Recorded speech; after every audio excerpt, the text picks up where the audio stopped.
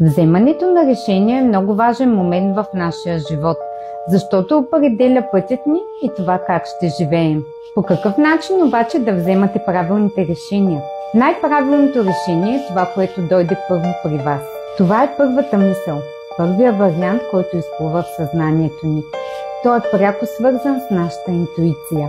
Сигурно сте забелязали, че след първото решение започват съмненията. Идват притеснения, страхове, обмисляния. Това е един водовъртеж от мисли, който идва директно от нашето его. Ако се вслушаме в него, крайният резултат е да бъдем напълно объркани и дори да забравим кой е бил първия вариант. Най-често това се вижда при нас жените. Когато решим нещо, например, искам да отида на почивка, и после се включват хиляди мисли. Дали да е тази почивка, дали да е друга почивка, с децата, без децата, с приятели, без приятели. Ето това е водовъртежът на егото, водовъртежът на нашите мисли.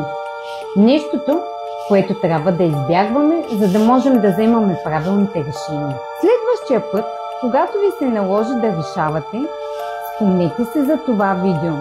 Слушайте си първото нещо, което ви дойде на ум, и игнорирайте всички останали.